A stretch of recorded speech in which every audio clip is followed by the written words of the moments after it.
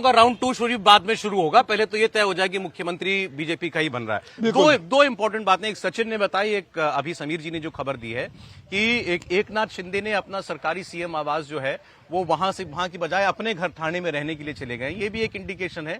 और दूसरा, सचिन अभी बता रहे थे हर्षवर्धन जी कि बीच में तैयारी एकनाथ शिंदे ने ये कर ली थी कि लड़की बहन योजना के तहत जितनी लाभार्थी हैं, पार्टी से जुड़ी महिला विंग की जितने भी कार्यकर्ता हैं, उनको सड़कों पर उतारा जाए दबाव बनाने के लिए कि एकनाथ शिंदे हमारा नेता, एकनाथ शिंदे मुख्यमंत्री बने। उस प्रोग्राम को टाल दिया एकनाथ शिंदे ने। वो नहीं चाहते होंगे कि बीजेपी को भी जरूरत से ज्यादा नाराज किया जाए।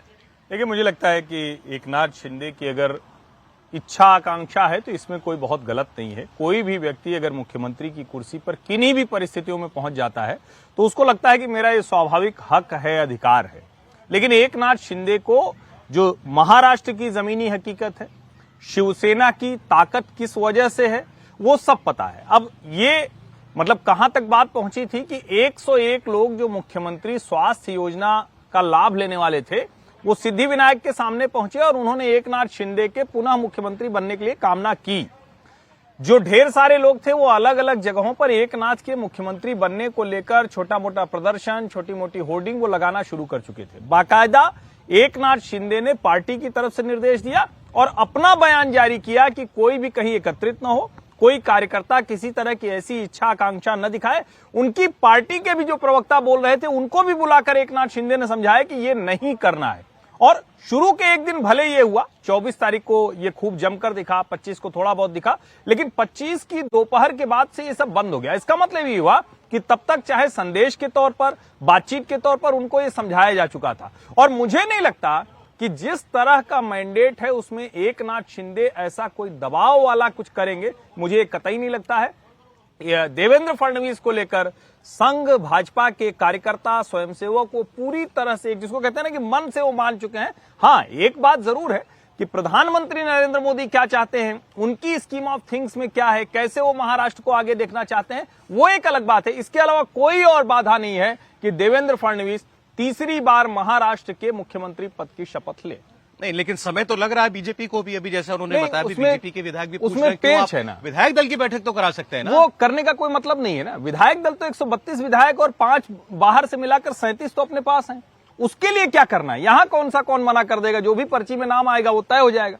लेकिन उसके बाद अगर कोई स्थिति बिगड़ी, यानी विधायक दल के नेता भाजपा के चुन लिए जाएं और मुख्यमंत्री न बने किसी भी वजह से, वो ठीक नहीं होगा। उस ऑप्टिक्स को ठीक रखना, और मेरा ये मानना है कि तीनों का एक साथ तय होगा। तीनों एक साथ जाकर, जैसे एकनाथ शिंदे जी ने त्यागपत्र दिया वैसे ही तीनों जाएंगे, एक साथ खड़े होंगे, बस जगह बदल जाएगी। इससे आगे की खबर है कि नाम भी कहलवाना चाहते हैं शिंदे साहब से, शिंदे जी ही कहेंगे, मतलब और कोई विकल्प नहीं है ना, क्योंकि यही तो तरीका है। ये भी गलत है, लेकिन मतलब कितना आप दिल पे छुरी चलवाना चाहते हैं। नहीं, लेकिन इससे तो ये भी हुआ ना कि भाई आपका अधिकार, आपका प्रभाव थोड़ा तो बना हुआ है ना। ऐसा थोड़ी ना आप नाम रख रहे हैं। और देखिए, अगर आप त्यागपत्र वाला देखिए तो उसमें भी तो शिंदे जी ने त्यागपत्र पकड़ाया हुआ गवर्नर को। दाहिने देवेंद्र जी हैं, बाएं अजीत जी हैं। अब बस वही शिंदे जी की जगह आ जाएंगे। बाकी दाएं बाएं थे, आंखें नहीं मिल रही थी किसी की। खबर वहां से यही निकल के आई है। दुआ सलाम भी बड़ा फॉर्मल सा हुआ है तीनों के बीच में। कोई कुछ भी कह दे, मुख्यमंत्री की कुर्सी जाने के आसार दिखें तो थोड़ा मन तो खराब होता है। और एकनाथ शिंदे, मैं बार बार कर रहा हूं, एकनाथ शिंदे बहुत शानदार नेता के तौर पर उभरे हैं। और मैं तो इसको इस तरह से देखता हूं कि ऐसा कोई मराठा नेता वो हाल के दिनों में कोई अपने आप को दिखा पाया, वो नहीं दिखा। और वहां शिवसेना में रहते हुए शायद उनकी ये क्षमता हम लोग देख नहीं रहे थे। वो साहेब के आगे, उद्धव साहेब के आगे वो नतमस्तक रहते थे, तो हम लोग समझ ही नहीं पा रहे थे कि एकनाथ शिंदे के अंदर कितनी क्षमता और कितनी ताकत है। वो शानदार नेता है, प्रदर्शन बहुत अच्छा किया है, लेकिन अब थोड़ा बहुत तो चलता ही है। तो शिंदे साहब के मानने में बस एक फोन कॉल की देर थी। नहीं, ऐसा नहीं है। देखिए, जितने दिन लग गए, अब 4-5 दिन हो गए, कोई वैसे बहुत नहीं है। हम लोगों को लगता है कि हमारे प्रोग्राम के लिए क्या खबर है। सही बाकी पॉलिटिकल पार्टीज में आप सोचिए, इसको दूसरे तरीके से देखें। राजस्थान के चुनाव देखें, मध्य प्रदेश के चुनाव देखें, वहां तो पार्टी की, भारतीय जनता पार्टी की थी, वहां तो कोई दिक्कत नहीं थी, वहां तो कोई एकनाथ शिंदे नहीं था। लेकिन विधायक दल की बैठक में नया नेता चुनना, उसके लिए तैयार करना, ये सब में बहुत वक्त लगता है। और यहाँ तो डबल है, एक पार्टी है और दूसरी तरफ वो सहयोगी दल है। दोनों ने, मुझे लगता है, अपने को एस्टिमेट करने में या तो ओवर एस्टिमेट किया या समझने में गलती की। भारतीय जनता पार्टी ने गलती ये की, वो सोच रहे जैसे देवेंद्र जी को कहा था कि डिप्टी चीफ मिनिस्टर बन जाना, एकनाथ शिंदे जी को भी कहेंगे तो वो मान जाएंगे। और शिंदे जी सोच रहे थे कि जैसे पिछली बार मुझे चीफ मिनिस्टर बनाया था वैसे ही अब भी बनाना ही पड़ेगा उनको। अब दोनों को जब आपके यहाँ दिल्ली में भी धूप साफ हो गई और मुंबई में भी साफ हो गई, तो साफ साफ दिखने लगा है कि शिंदे जी को भी मनाना इतना आसान काम नहीं है, इज अ हार्ड नट। और शिंदे जी को भी समझ में आ गया कि अब भारतीय जनता पार्टी को इससे ज्यादा आगे नहीं खींचा जा सकता। जैसे इलास्टिक्स में होता है ना, इलास्टिक को खींच सकते हैं लेकिन उसकी एक लिमिट होती है, उसके बाद वो टूट जाता है। तो अब वो थोड़ी सी स्थिति साफ हुई है, लेकिन अब भी शिंदे साहब इस बात के लिए भले ही मान गए हो कि वो चीफ मिनिस्टर नहीं होंगे, लेकिन मुझे अब भी संभावना कम लगती है कि शिंदे साहब डिप्टी चीफ मिनिस्टर बने।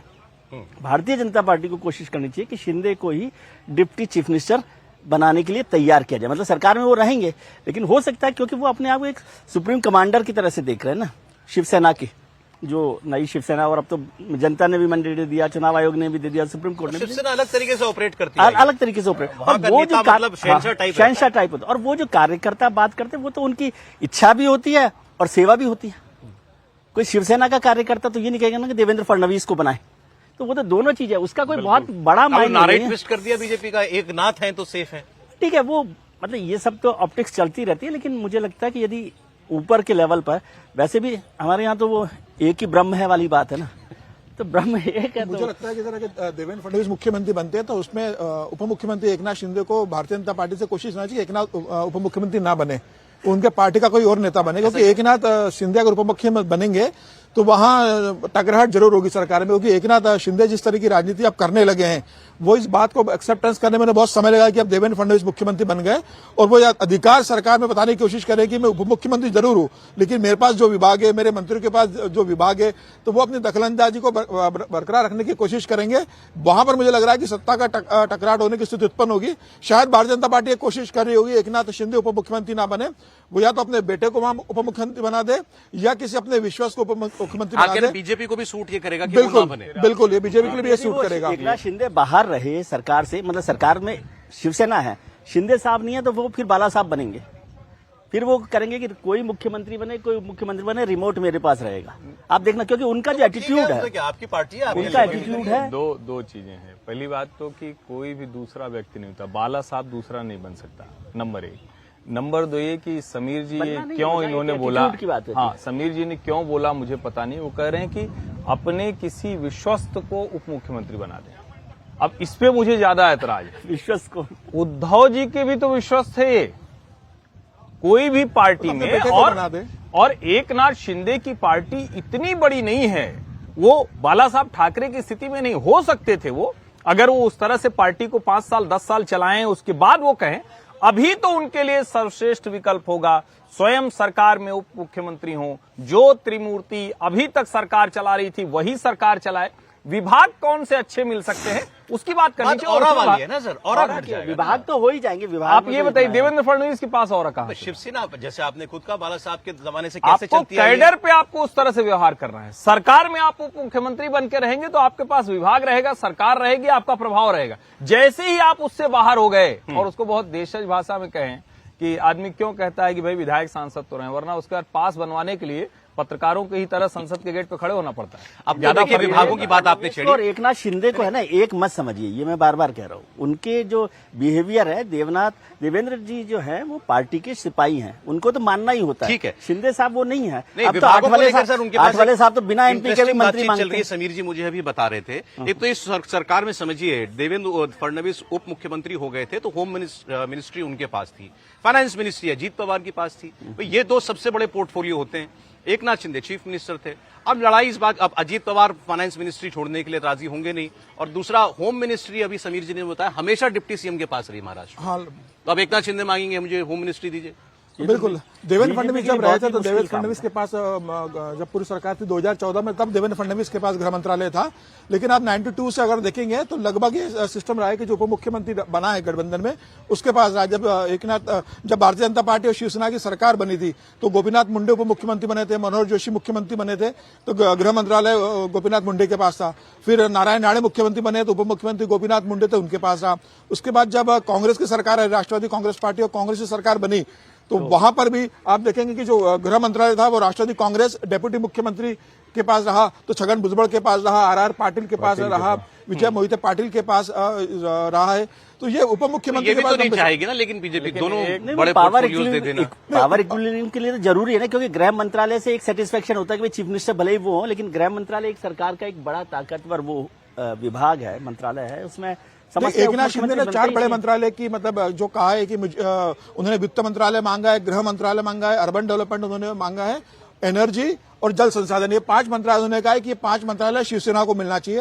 और उन्होंने ये भी कहा है कि भाई अगर हम उप मुख्यमंत्री बनते हैं तो जितने भारतीय जनता पार्टी के कैबिनेट मंत्री बनेंगे उतने ही शिवसेना के कैबिनेट मंत्री बनेंगे, ये उन्होंने अभी प्रस्ताव रखा है। अब भारतीय जनता पार्टी से कितना इसमें एक्सेप्ट करती है ये देखने की बात होगी, लेकिन विभागों में मुझे से लगता है कि जल संसाधन है, ऊर्जा है, ये मंत्रालय जाएगा। अब अजित पवार क्या वित्त मंत्रालय देने को तैयार होंगे, क्योंकि अजित पवार हमेशा वित्त अपने पास रखते हैं। जब देवेंद्र फडणवीस के पास वित्त मंत्रालय था, अजित पवार जब सरकार में शामिल हुए तो देवेंद्र फडणवीस ने वित्त मंत्रालय उनको दिया था। देवेंद्र के पास दोनों और गृह और वित्त दोनों थे, ठीक है। तो वित्त अजित के पास गया था। तो अब अजित पवार उसके लिए तैयार होंगे क्या? तो विभागों का बंटवारा सबसे बड़ी चुनौती होगी कि कैसे ओके इनके सर। बीच बंटवारा। प्रफुल्ल पटेल जी का तो बताइए, आप ये सारी बात वहीं कर रहे हैं मुंबई में, प्रफुल्ल पटेल जी को शपथ लेनी है कि नहीं लेनी है दिल्ली में? नहीं, वो प्रदेश में कैसा समझौता होता है उसके ऊपर निर्भर करेगा। अगर प्रदेश में ज्यादा हिस्सा मिल जाएगा तो फिर अब तो प्रफुल्ल कैबिनेट पटेल को मंत्री बाहर बनवा हटना देंगे। एक पड़ेगा। पर्चा सुलझा लीजिए सर आप, नए नहीं, लेकिन ये कह रहा हूं, देखिए पावर देने में मुश्किल होगी, मनी देने में मुश्किल नहीं। यानी जहां पैसे वाले विभाग, मजबूत विभाग, उनमें भाजपा को समस्या नहीं है। ठीक है मुझे अभी भी लगता है कि मुख्यमंत्री के साथ गृह मंत्री भी भारतीय जनता पार्टी अपने पास ही रखेगी।